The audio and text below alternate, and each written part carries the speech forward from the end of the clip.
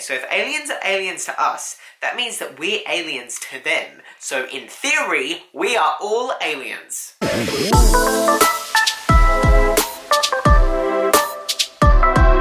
Hello and welcome back to my channel. My name is Charlie and aliens freak me out. And lately with all of this let's raid Area 51 stuff, my feed on Instagram and Facebook has been filled with tons of pictures of aliens, which for someone like me who doesn't like aliens is not a good thing. I think one of the reasons why aliens freak me out so much is because, like, they have to be real. They can't be in this entire universe and not be something else there. Whereas other things, like vampires, like, it's a bit far-fetched, but aliens, they gotta be real. Obviously, if aliens do exist, they probably don't exactly look like what we've known them to look like, because the media takes something and makes it scary. Because, I'm sorry, like a bug-eyed thing, like, hey, I wouldn't like it. It freaks me out, and they're like so tall, and I'm short, and it's just intimidating. Despite there not being any concrete evidence that aliens exist, a lot of people have sighted aliens or have been abducted, and that's what I'm going to be doing today. Not abducting people. That'd be weird. I am going to read true stories of alien abductions. Obviously, they might not be true, but they might be true, because is there really any proof against it? Now, I don't want to prolong it anymore, I just want to get straight into it, and we're going to read that alien abduction. Is it chasing us? That thought coursed through Betty and Barney Hill's minds as they drove down the empty winding country road in New Hampshire's White Mountains. See, why do these things always happen in the country? It's like crop circles. They happen in the country because they're crops. So, rule number one, don't go to the country. It was a September night in 1961. They hadn't seen a car for miles, and a strange light in the sky seemed to follow them. When they finally got home to Portsmouth at dawn, there were 2 hours of the drive that neither of them could remember. With the help of a psychiatrist, the quiet couple eventually revealed a startling story. The incident would also become the first ever widely publicised alien abduction account and shape how stories like it were told. So I suppose if this is the first alien abduction story, there weren't really anything to go by, so they must have not been like aliens in the media and stuff, like that image of them. They could have imagined it, you know, like we dream weird things. However, if we dream weird things, maybe they actually happen and it's not a dream, but we think it's a dream because they're just too surreal to happen. Maybe we've all been abducted by aliens. You wouldn't know. On the last night of their 3-day trip, the tired couple sipped coffee in a Vermont diner to recharge before driving back. Driving in country roads at night, it just doesn't seem like a good idea. As they drove, strange light in the sky gave another reason to hurry. The light seemed to move with the car as Barney steered down the curving mountain road. Sometimes it seemed to move toward them in a game of cat and mouse. Curiosity overcame them. The couple pulled over at road stops and picnic turnouts to get a closer look. Why did you do that? You don't pull over at night time in the middle of nowhere. Not a good idea. It could have been a killer clown. Remember a few years ago when there was just killer clowns of like the streets? And like, did everyone forget that? Because that was the thing. Through binoculars, Betty saw that the white light was an object spinning in the air. A frisbee. About 70 miles past the diner, the object hovered just above the treetops, approximately 100 feet above them. Barney abruptly stopped the car, keeping the engine running. He shoved a handgun he'd hidden beneath the seat into his pocket and rushed into a dark field. Why did you get out of the car? Leaving Betty in the car. He left his wife in the car. Okay, maybe it's because I've watched too many movies. But if you think something is following you, you don't get out of the car. Behind rows of windows, grey uniformed beings seemed to be looking right at him. He tried to lift his hand to his pistol, but somehow couldn't. A voice told him not to put down his binoculars. See that? He had a startling thought. We're about to be captured. He ran back to the car and barreled down the road as Betty tracked the craft. If he couldn't move, then how did he run? The couple felt instantly drowsy and lost consciousness. They came to around 2 hours later and 35 miles down the road. Well, I mean, if they did get abducted, at least they, like, got driven. That's nice. At least it's like an Uber. Back home in Portsmouth, they tried to make sense of the night. Maybe they napped. I hate having, like, a short nap because, like, I wake up and then I feel gross. And maybe that's why they felt, like, gross, because they, like, napped. The two met with Benjamin Simon, a psychiatrist and neurologist. Through months of weekly sessions, Simon helped the couple piece together what they think had happened. A vessel had landed on the Hill's car, putting them to sleep. Afterwards, grey beings walked them up a long ramp and into the spacecraft, taking turns in an examination room that had curved walls and a large light hanging from the ceiling. Each was asked to climb up on a metal table. During the examinations, the beings removed Betty and Barney's clothes, plucked strands of their hair, took clippings of their nails, and scraped their skin. Needles connected to long wires probed their heads, arms, legs, and spines. I would be terrified. Also, if they probed them and stuff, then there would be markings on their body. Plot hole! Later alone with the leader, Betty asked where the craft had flown. The being joked with her, saying if you don't know where you are, there wouldn't be any point in telling you where I am. Aliens speak English now? This is just hard to believe. Some believe the Hill story was simply a myth in the making, with the supernatural meetings, vulnerable protagonists, and otherworldly journeys that are often the hallmarks of a legend. The Air Force's Project Blue Book would ultimately dismiss the story, hinting that the couple hadn't seen a cracked spacecraft, but only the planet Jupiter. So it got dismissed, so it ain't real. But that could just be the government trying to cover it up, like Area 51.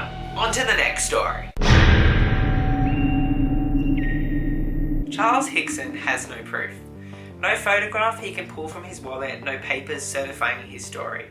Just his word that 29 years ago, he and his fishing buddy were abducted by a UFO. His account of that night never changes. What Hickson hasn't talked about publicly until now is that he believes whatever or whoever was on that craft has kept track of him. See, that's creepy, because what if we are being watched as such? What if we have been abducted by aliens? The Jimmy Neutron movie, where they abducted the parents, that freaked me out. Maybe that's why I'm scared of aliens. Jimmy Neutron! Maybe I got scarred as a child. Maybe I've been abducted by aliens. Whether people believe his story or not doesn't seem to be a big deal to him. But others saw something that night too. Okay. Several people later reported strange lights in the Gulf Coast city just after sunset on October 11th, 1973. Okay, the fact that there's multiple people makes it more credible, because if different people that were unrelated saw the same thing, it's more credible. The last one, there were just them alone. This one, if different people cited something and then someone said that this happened, then you're gonna believe it. Hickson begins his story. We got off about 4 o'clock that day and came by my house to get the fishing tackle. We tried several places and hadn't caught anything. I said, Calvin, there's one more place I want to try. If they don't bite there, we'll give it up and go on home. I'm gonna guess they shouldn't have gone there. So we went down toward Ingalls and started fishing off a pier. We sat there for a while and I finally got a bite. I was reeling in and started hearing this hissing sound, like steam coming out of a pipe. I looked around and it just startled me. Something was hovering 2 or 3 feet above the ground, probably no more than 10 to 15 yards from us. UFO. Then a door opened and this brilliant light came out of it. If you were in that situation and saw something like that, how would you react? I'd like to think I would run. It's intriguing as well. You're like, what? And you'd be frozen in fear. These things were robots. Ooh. 2 of them came around behind me, took me under each arm. They took us through that doorway in the middle of a room. There was nothing in there, just a real bright glow. I couldn't move anything but my eyes. That's creepy. It's also cold, but I'm getting goosebumps right now. They let go of me. I still wasn't touching anything, just kind of floating. And all I could think was, what are they going to do with us? I figured they'd take us off and we'd never see our families again. Or what about all people that are actually missing? How do we know that something like this could happen, like unexplained disappearances that never got found? We wouldn't know. Then an eyeball about the size of a football came out of the wall. It moved right in front of my face. I saw dials and gadgets moving around. It went behind me and came back over me. Then it disappeared back into the wall. The robots came and carried me back outside. I saw Calvin standing there, staring out at the water. He was in shock. Hickson and Parker agreed not to tell anyone about the incident, but I thought about it some more and said, what if it's a threat to our country? That's when Hickson spoke with Glenn Ryder from a convenience store payphone. Hickson and Parker told the officers what had happened. Ryder said it was a struggle to keep a straight face. Then he and Diamond plotted to find out the truth. We kept a tape recorder in the top drawer of the desk, and when we listened to the tape later, we expected to hear them saying, boy, we sure fooled them, or something like that. But they didn't.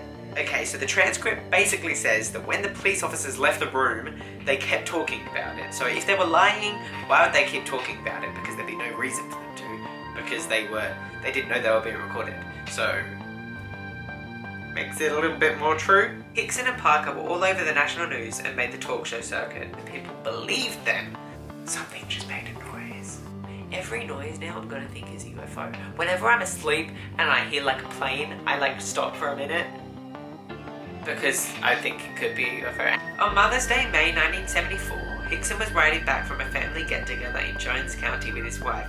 It was almost midnight, and I kept noticing a light back behind us. I nudged Sheila, who was sitting on the front seat beside me, and said, "Look out that window and see if that light ain't following us." She looked out the window and just froze. Blanche saw it and started screaming. They saw it again! They saw it again! Seconds later, a saucer-shaped craft was hovering 150 feet above and right to the right of their car. I saw it with my own eyes, says Sheila Hurnham of Vicksburg. We stopped the car and Charles wanted to get out, but I wouldn't let him. See, that's right, you don't get out of a car! Oh, that's... So they saw it again, the fact that they had the same people, this is the same family. Oh, it hovered there for a while, then just disappeared. Charles Hickson says that wasn't the first sighting he'd seen since the initial encounter. While squirrel hunting in February 1974, he knelt down beside a tree to eat a sandwich. Through the bush, he says, part of a craft was visible. Suddenly he heard a voice. Oh, it was like a radio signal or something inside my head, he says. They said, "Tell people we mean you no harm. You have endured. You have been chosen. There is no need to fear. Your world needs help. We will help before it's too late. You are not prepared to understand. We will return again soon." Oh my god. What if aliens are the answer? What if aliens are the good guys and they're trying to like help us with climate change or whatever? Yeah, that's okay, that's good, but you don't have to be creepy about it. Just say, hey, we come in peace, but then they'll probably get shot down and it's just a vicious circle. But oh my god. Again, there's another one! The same voice with the same message came to him again a month later in his backyard. Since then, he says all the fear has left him, so he's got used to it. Maybe global warming is aliens. It's not, but maybe it is. Well past midnight now, Hickson gets up from his chair, leaves the den and returns with a large brown envelope. He pulls out several x-rays and shows them to the visiting reporter. Oh no. No.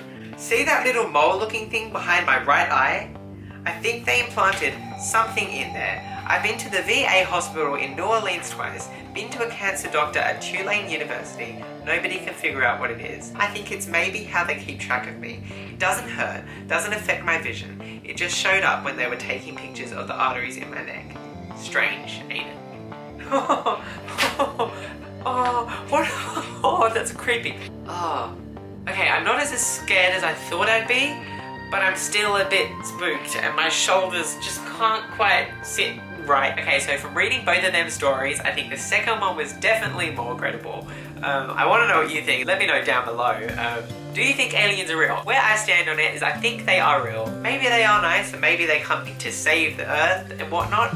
I think the reason it's so creepy is because it's just so unknown. It's unknown territory, and we don't like what we can't understand. I don't have any proof. I don't have any experiences, but I just feel like they have to exist. They can't not. So there you have it.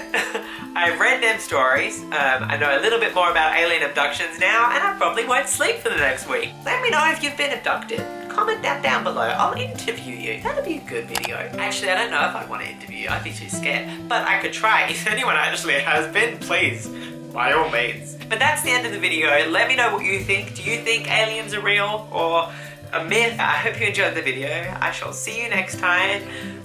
Bye.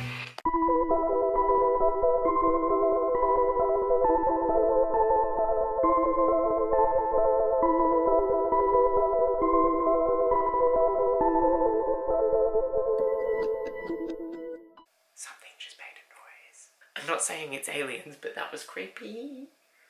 The light's not on that side. Oh, that's a shadow, damn it. I went like that and then the shadow of the camera went on the wall. It made me jump. Okay.